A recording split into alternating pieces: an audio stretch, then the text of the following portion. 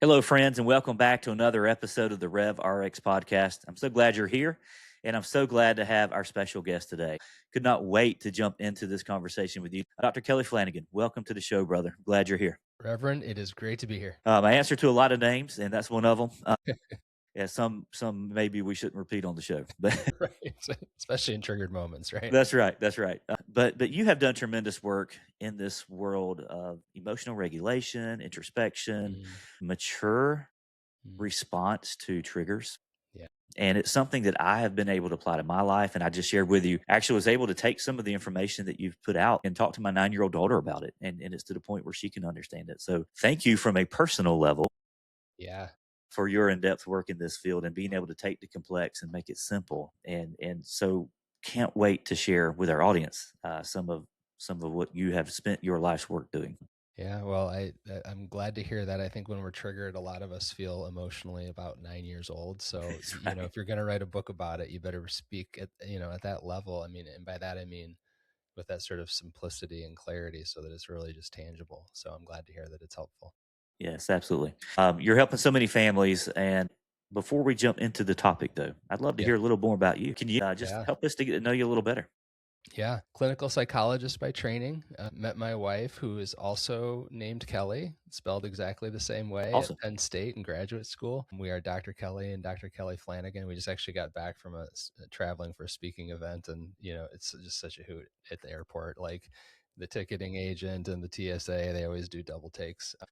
So we met in graduate school, became a clinical psychologist, but not most of what I learned in graduate school really didn't help me personally understand this shame problem that I was carrying around, and really not trusting my worthiness and how I was created in God's image. And so I went on my own personal healing journey, and that led to me writing publicly. Started in 2012, blogging, wound up publishing my first book, Lovable, Embracing What's Truest About You So You Can Truly Embrace Your Life, in 2017.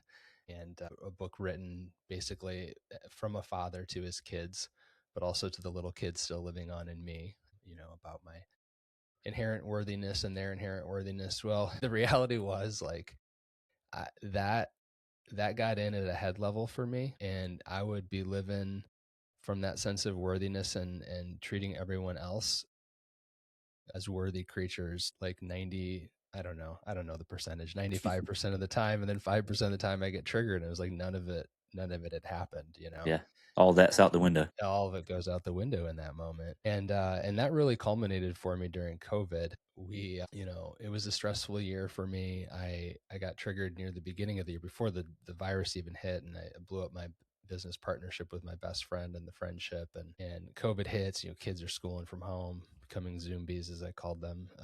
And then there's a Sunday afternoon. My wife had convinced me, finally, like, all the public pools are closed. Now we've got to get that above ground pool I've been trying to convince you, of for years. And I'm like, Yeah. okay, let's do Now's it. the time. Now's the time. Right. Now's the time. So, like everybody else. So we got it installed, and it was time to fill it up. And we went out on a Sunday morning, and my wife put the hose over the side of the pool, and she put a rock on it to anchor it there. Well, the rock wasn't heavy enough, and we did not go back out until the afternoon. No. And I went out in the afternoon, and the pool was bone dry, and the backyard was like a muddy lake, and I got triggered, right? And I'm like, Mm. well, if I don't want to set my marriage back a month, I better, or more, I better just get out of here. I need to go for a bike ride. So I hop on my bike to blow off steam. Not the wisest thing to do, to cycle at 30 miles an hour on asphalt when you're just angry and not paying attention. And I almost hit a car, went over the handlebars of my bike. I broke my left collarbone in two places on the asphalt, and it never actually healed. They say that bones heal stronger in the broken places, but this is called a fibrous tissue non-union fracture. So I've got like two hinges in my collarbone now, and it made for this like really long, slow, painful recovery. So I got to New Year's Eve going into 2021, and I'm like literally looking for like fitness resolutions because I'm totally out of shape because of the long recovery. And in the middle of it, I come across this incredible quote by Michael Singer: "Don't let anything in life be important enough that you're willing to close your heart over it." Mm. And it like hit me harder than the asphalt road had, like yeah, man, it's not my situations Yeah. that have got me here. It's my reactions to my situations. And I need to learn how to keep my heart open in these situations and not get triggered and make the situation worse than it is. So my resolution going into 2021 was moment to moment, I will notice my heart closing and try to open it back up. Wow. And I put the word in try from the beginning because apparently I knew ahead of time how hard that was going to be. Yeah. And it was. And basically it launched me on a journey. And I realized there just wasn't a lot of help out there around this. And that if there's going to be a curriculum for open heartedness and turning our triggers into togetherness, I was going to have to create it. And so that's what I did over the next few years. And that resulted in this book of mine, The Road Less Triggered, where I lay it all out. Awesome. And such an important word. You're right. There's not much help out there. Mm-mm. And I think we'd mentioned offline this whole issue of being triggered. Yeah, It's part of the human condition. I mean, it's absolutely. universal. We all relate to that, Yeah, but I don't know that we know what to do with it. that's right. That's right. That's me. That's been me for a large part of my life. And sometimes we call it other things. For some Mm-hmm. people, it may come out as like anger issues, or Right. we need Exactly. anger management. We need, Yep. but really, what you're helping us do is get to the root of the problem Yep. and help us to control what we can control, That's right. and not try to control the things we can't. And I love that story. Untethered Soul, that's another great book Yeah. Yeah. for those of you listening. Wonderful quote. And I love how that launched you. And there's so many different ways we can go with this, but I'd like to talk about being open hearted for a minute. That's a phrase that I can't say I've always been familiar with. Mm-hmm. And so, can you unpack that for us just a little bit? What does it mean to be open hearted, close hearted, and how does that vision kind of impact your work when it comes to being triggered? Yeah. So I've defined open heartedness in this book as, and in my life, as the willingness to fully experience the present moment as it is without doing anything to it, especially when it's not going the way we want. Yeah, I'll say it one more time. that's The good. willingness to fully experience the present moment as it is without doing anything to it, especially when it's not going the way we want. And that doesn't, a lot of people think that means passivity. It means, oh, well, you start letting things happen. Yeah, It's check not out. to Yeah, it's not to say that you're not going to respond in the next moment. It just means you're not going to react in this moment, right? You're going to take a moment to sit on it, and then your response will be wiser in the next moment. One of the things I address really early on in the book is that an open heart doesn't make your boundaries weaker; it makes your boundaries wiser.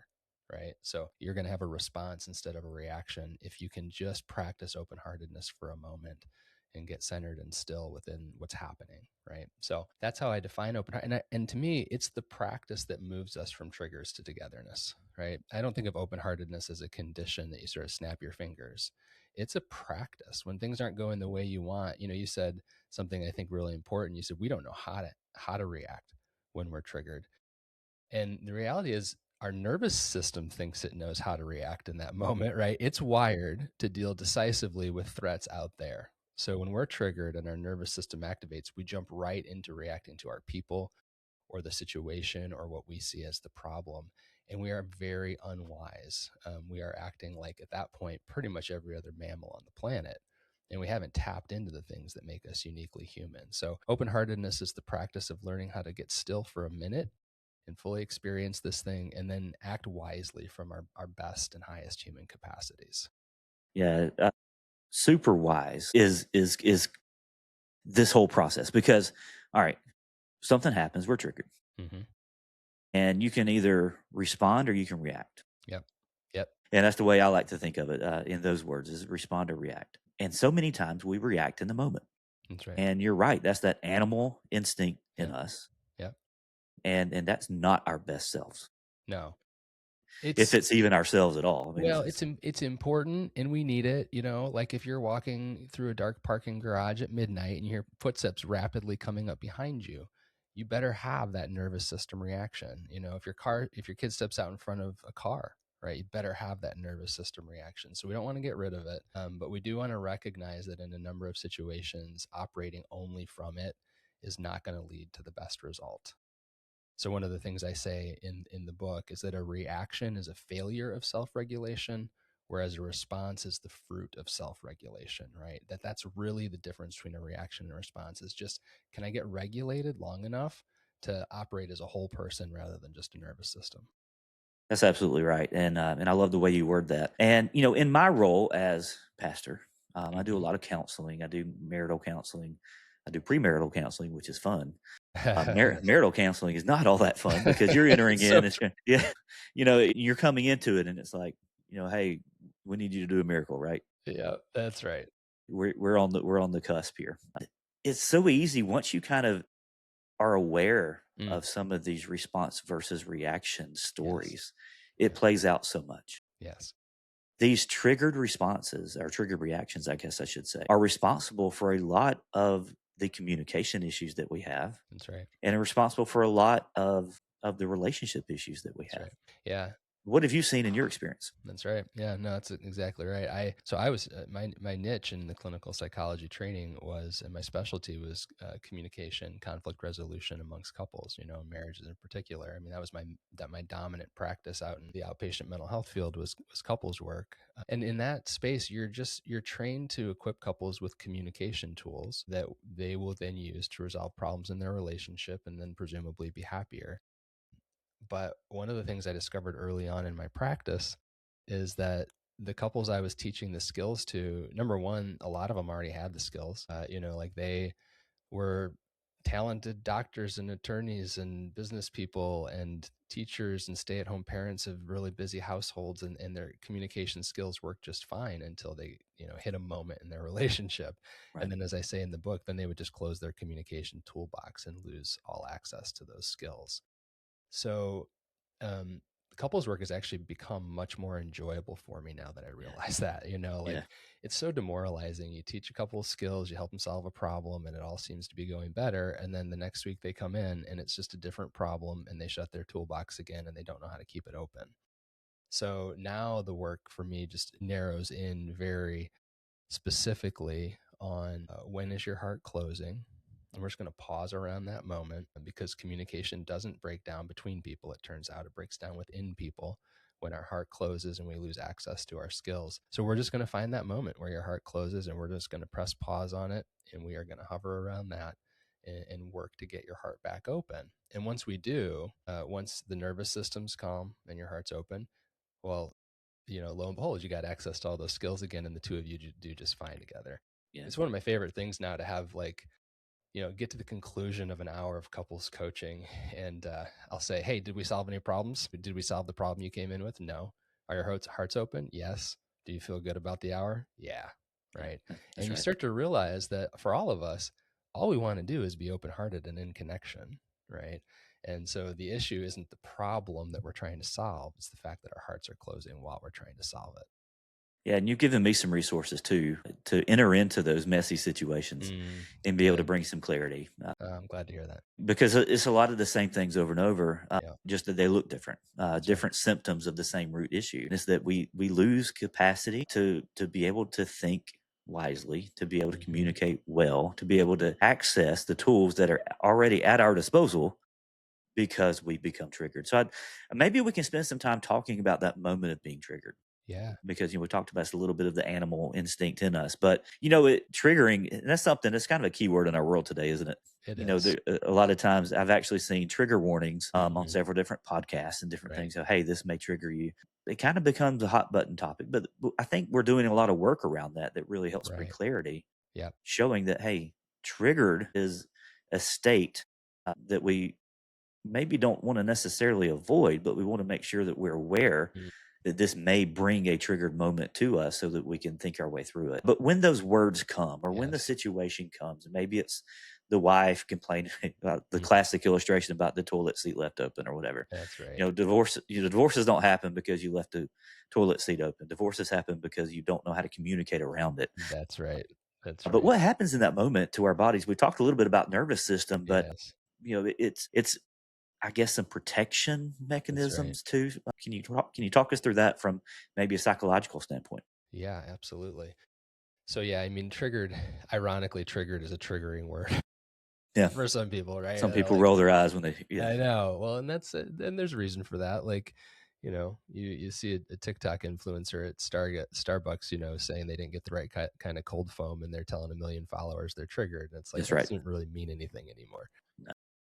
But The reason I ultimately chose to settle on that word and even put it in the title is it is the word that people use, like, and everyone knows exactly what that means right away, That's like right. when you're triggered. So even though some people have sort of cheapened the word, I don't think that it necessarily changes the reality for all of us. And you're getting at a really great point, which is in a triggered moment, like one of the defining factors is that our nervous system is activated, and it bears asking, why is our nervous system activated when, to use your example, our wife says we didn't put down the toilet, right? Like your nervous system is a highly evolved sort of system that is designed to help you deal with existential threats, mortal danger, right? It's only supposed to come online when like you run into a tiger on the Serengeti, right?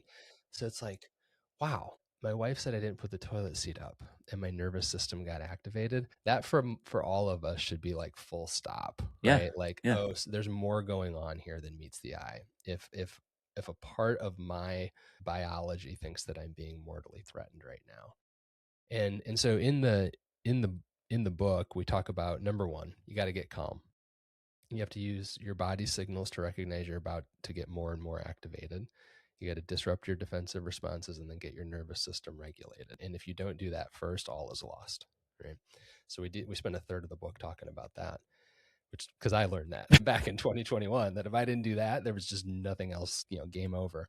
Yeah. Then the Space is question, important. Yeah. yeah, it is. And then in that space, right, what do you, now that you've created the space for yourself with a calm nervous system, to ask the question, what's just happened there when she said I didn't put the toilet seat down and I acted like I was about to be killed? What is going on there? And what we explore in the second half of the book is that in our triggered moments, one of one of the things you run into when you do deep work with people is they always say, and rightly so, I don't see the point of going and digging around in my past, right? That just seems like a search and destroy expedition. And of course you'll find some, I actually say, I agree with you. I don't think we want to go digging in your past. But what's happening in your triggered moment is that your past is pushing its way into the present. So we don't have to go looking for your past. It comes looking for you. Right. And so there was a time in our lives as human beings where if we did something wrong, if someone was upset with us, a parent or a guardian, it was an existential threat, right? Like right now, if my wife, I mean, literally, if my wife says I didn't put the toilet seat down, as an adult, it's like, it doesn't, sorry, or I'll go do it. Or, I mean, it's a nothing burger, right? But as a child, you are completely dependent upon your people, on your parents, on your authority figures, on your tribe. And as human beings, we're unique in this. Like most mammals on the planet have to live in that state of dependency for like 3 months. Hmm. We have to live in it for decades, Yes. right? And so there was a time where if you felt unseen, misunderstood, or unsupported, my three sort of ingredients in loneliness, then it was scary. Hmm. And what happened is that scared response to losing the favor of your tribe or losing the presence of your people got baked into your nervous system. I just call it like the ordinary trauma of being human, That's right? right. Like they're not happy with me. They could leave me or they could punish me. I'm not going to be protected the way that I need to.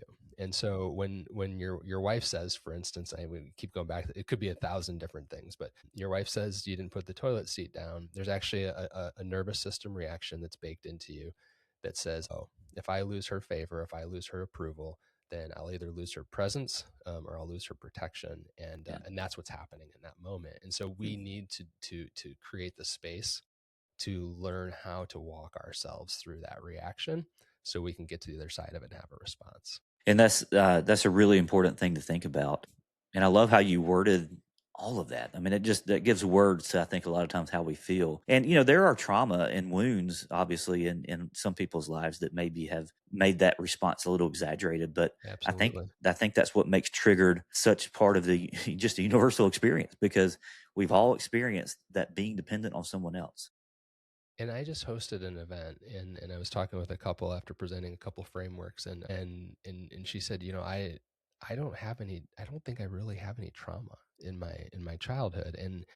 And I think it's important to address that because I do think we get triggered and people actually get stuck going either, I've got to find the big capital T trauma that caused this, or I don't even want to go look at this trigger because I'm going to find some big capital T trauma I don't want to deal with, right? And and I just said to her, I said, I got great news for you. You don't have to have any trauma to get triggered. Like being human as a child was painful enough to sort of set you down this path and scary enough. In the best of childhoods, just the human condition itself lends itself to this kind of reaction.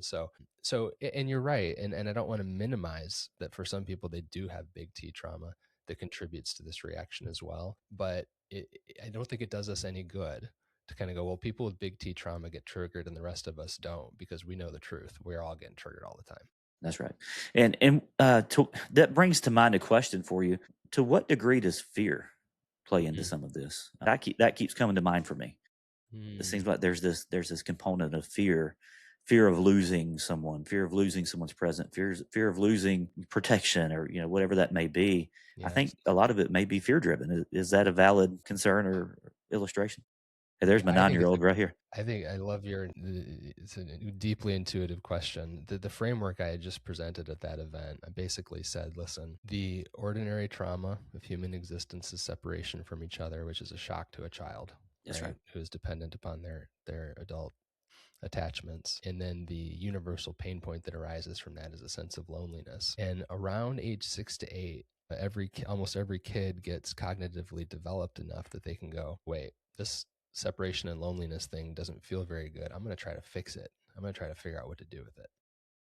Now, there's a psychological term called locus of control that a lot of people haven't heard of, but it's the idea that you can have either an external locus of control or an internal locus of control. And this is how you assign meaning to events that are happening to you. So, I'll give you an example. Say my son loses a high school soccer game and he comes home and he says, oh my gosh, the refs were unfair and the field conditions were terrible.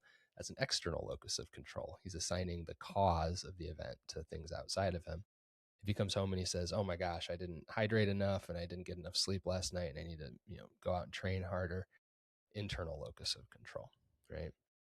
So what I see and what I've noticed is that when a child had an external locus of control to explain their loneliness, basically they exist in a state of fear. They go, man, people can just leave you. Like you can be the best kid ever and people can just still leave you or punish you or be mean to you or unfair to you. And so there's this experience of being out of control of connection and afraid, and you end up with an identity where you feel sort of undesired, and you worry that that's how like life is going to play out for you. If you had an internal locus of control at that state of childhood, you go, oh, I must be lonely because of something wrong with me. Yeah, there's something in me that causes that. Yeah, Exactly. Is there people don't like me, people don't want to be around me, so there's something wrong with me I have to fix. And if that's the case, then your dominant emotion is one of more shame than fear. It's there's something wrong with me, I'm undesirable, and now I've got to sort of try to make myself more desirable. And so I would say and that these are sort of the two core ways we move through the world, fear or yeah, shame. yeah. And we all have a little bit of both, of course, but the question is when you're triggered and you get in that conflict cycle with your partner, which of these two sort of roles do you tend to inhabit? Because they do tend to pair up in relationships. I very rarely see two people who have a dominant shame response and two people with a dominant fear response together. Usually it's fear and shame playing off each other in a conflict cycle. So yeah, I think there's a lot of fear out there and there's a lot of shame. And if we can hit pause and go, I get a little bit emotional because my wife and I finally did this decently well a couple of weeks ago. We were getting into our conflict cycle and we're like, we're doing it, aren't we? Yeah. Well, what's the reality here? The reality here is I just want to feel connected to you and you just want to feel connected to me. And I don't want to feel alone and you don't want to feel alone. But our ways of trying to get that without vulnerability by being protected and safe are making it worse. They're That's right. disconnecting us. They're leaving us more alone. So can we downshift into some vulnerability here and go, all this stuff I'm doing that makes you feel like I don't want to be with you is actually the opposite. I just really want to be with you right now. Right. I love that. So if we Yeah, can help couples make that shift and people in general, then I think there's possibility for new patterns. absolutely. And new patterns is something that I think we need to realize that's okay. I speak to a lot of people, and we say things like, "Yeah, it's just the way that I am. Mm, That's just the way I've always been." yeah. And man, that's a bad reason to stay stuck, isn't it? Right. We can learn new patterns. We can do better. And I love how you mentioned how you're still working through this. Hmm. Hmm. You've literally written the book on it. Yep. That's right. And so your vulnerability here is really helpful because I think it shows us that this is there doesn't need to be additional shame because we're doing this because That's right. we're all still kind of working through this process. We're learning new patterns. That's right. Giving ourselves grace in the moments is helpful, but that's the irony is that what we're trying to push towards is actually pushing us further away if we Exactly. don't Yes. handle it correctly. So why is it so hard? I mean, why is it something that we struggle so much with? Is it just that instinct, or what are your thoughts on that? So I will not take credit for this. I might have synthesized a bunch of ideas into this particular quote, but one thing I will say is that you don't have a personality, you have a pattern. That really your personality, like I think of like childhood as the period of life where you learn life hurts, Hmm. Yeah, and then adulthood is the period of life you spend trying to manage that pain, you know. And our patterns are just pain management projects, right? So why is it so hard? Because we are wired to seek pleasure and avoid pain, and so our entire quote unquote personality, our entire sort of relationship matrix, and our all of our patterns are built around, I don't want to have any more of that pain I had from earlier in life. And so one of the things that we have to develop the capacity for is to be able to experience pain for just a moment. And I would say 90 seconds tops, because that's how long a painful moment will last if you don't do anything to it. We have to learn how to like actually go, oh, this pain isn't life threatening. It doesn't feel good. But instead of enacting my pattern of self protection in order to try to manage it, which creates way more suffering, then I'm just going to feel this pain for a moment and then get through it. So, one of the metaphors I offered at this event to close it out, and again, this isn't mine, I heard it somewhere, is the metaphor of putting a really hot coal in the middle of your open palm, right on that middle knuckle, right? And if you put a really hot coal on that knuckle, it's going to hurt a lot, right? That's going to be painful. It's going to be a pinprick of pain. But what we do with our patterns and our personalities and our relationship sort of cycles is we close our fist around that coal, trying to protect from more pain. And in doing that, we just create immeasurable suffering. And so what we discover if we learn how to keep our heart open and not clench up around that initially painful moment is we've got pain, but we can handle it. And that's probably where the metaphor breaks down, because I wouldn't encourage anybody to leave a hot coal in their hand for very long. But we can handle that pain, right? We can decide what to do with that pain. And it's true that there's data, empirical evidence that shows that any emotion that starts to run through the body lasts about 90 seconds if you just let it run through. And so can you feel sad for 90 seconds? Can you feel afraid for 90 seconds? Can you just let that energy move through? And then on the other side of that, you're going to discover you're open hearted. You have access to your highest mind and all of your human capacities, and you can show up in a way that's a little more vulnerable and actually fosters connection rather than driving that disconnection. yeah, yeah. So good. And the thing that keeps the thing that I like to think about that helps me through this process is you're going from living on autopilot Yes, to living with intentionality, that's right. and that takes some time. That That's takes a lot of practice. I don't know that we ever really arrive, yes, that's but it's right. something I think we should be striving for. That's right. But you're so right. It's about embracing a little bit of pain now Hmm. to avoid a whole lot of suffering later. And that's it's amazing how much of what masquerades as intentionality is actually autopilot. Mm, Like a classic example. I work with a lot of high achievers. Who they say, well, I'm gonna work myself, to exhaustion until I get to a certain level of, accomplishment or wealth or whatever, and then they get there and they can't stop. And they thought that was being intentional the whole time, but it turns out it was just, autopilot masquerading as intentionality, because it's part of their pattern of not getting still enough and not getting quiet enough long enough to feel the coal in your hand. I'm gonna hustle and move and earn, and once I get to this level of sort of, achievement, then I'll have complete control of my world and I'll be happy and I won't need to deal with it. And then they get there and they go, I can't stop. Yeah, because if you stop, you're going to have to see it. You're going to have to feel it. So yes, like we want to restore people's actual intentionality about how they're showing up moment to their life, rather than the obvious autopilots and the not so obvious ones. Yeah. I love that. Dr. Flanagan, if there's someone listening today, and they're relating to this, they're like, man, I struggle, I get defensive, I get angry, I react instead of respond. I know better, Mm-hmm. and a lot of my audience, they're followers of Jesus. Mm-hmm. We read scriptures like, be slow to anger, be patient, forgive, all these things, but that's just not where they're practicing at the moment. What would be kind of one practical step that they could take today to start moving in that direction? What would be an easy step to implement right where they are? It's a great question. And the first thing I would do is say, also pay attention to Paul, who said, "Why do I do what I don't want to do? Yeah, that's right. But I don't Relatable. do what I do want to do." And I think he must have been triggered when he said that. Like, why can't I force my nervous system to do the thing that I know my soul wants to do right now? I'm never going to look at that passage the same. Yeah. Yeah. I mean, it's he gave us a lot of grace in that. He did.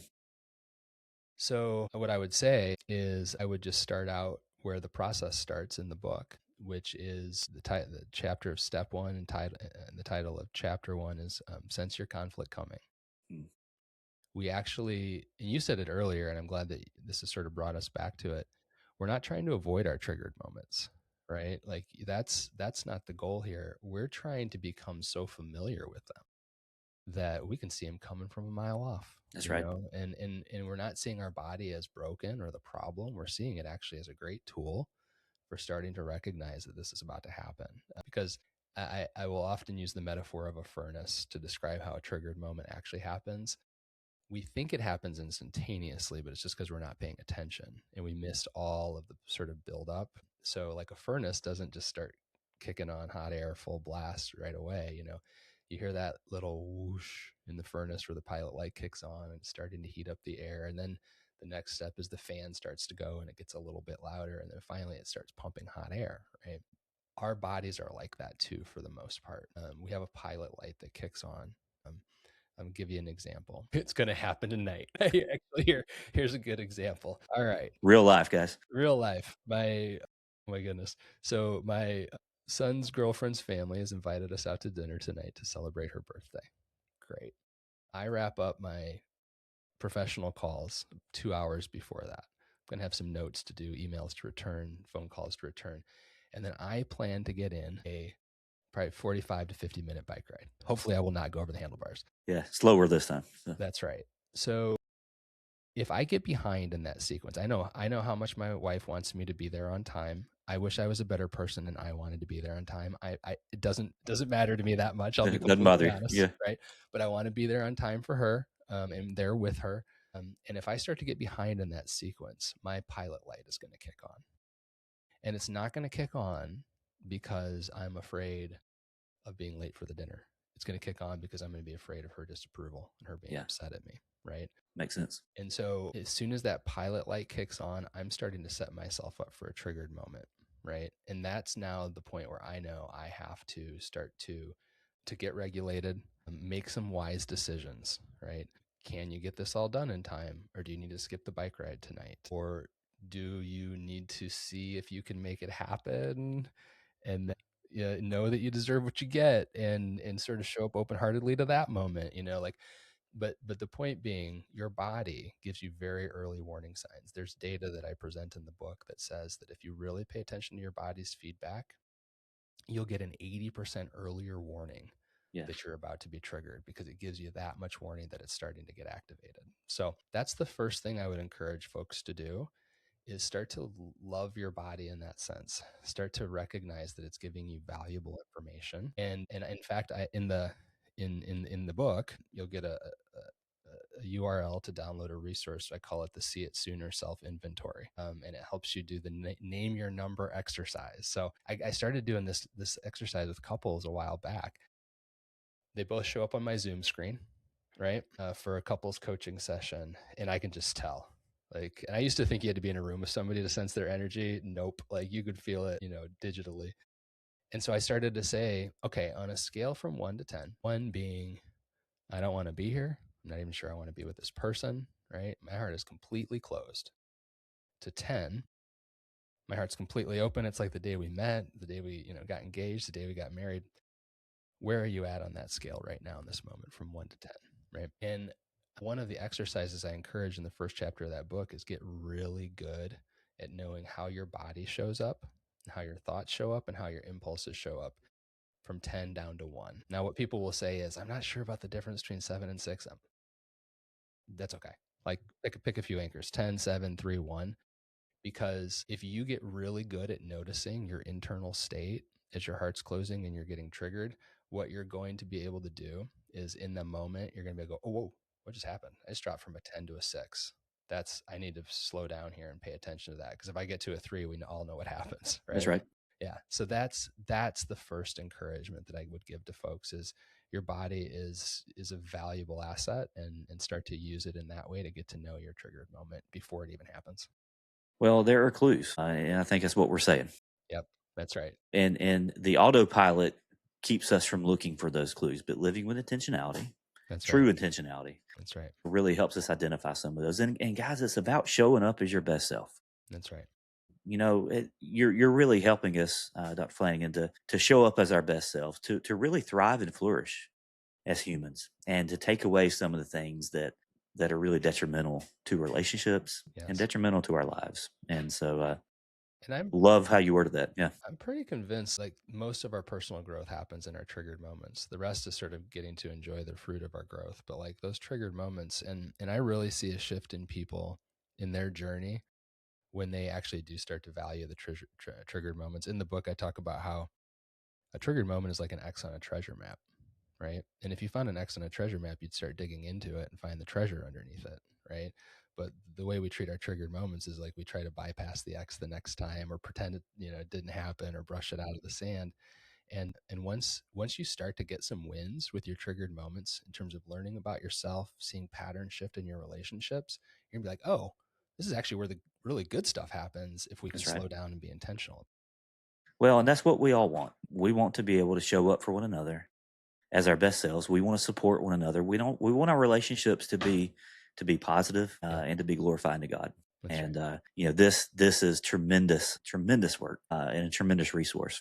And you have been brilliant with us today. So thank you for sharing with our audience, and for those that are interested in your work. And I want to encourage each and every one of you, reach out. Yeah. This guy knows his stuff, and the book Cool. is fantastic. But give us a resource, your website, that kind of thing, Yep. for where they Yeah. can learn more about you.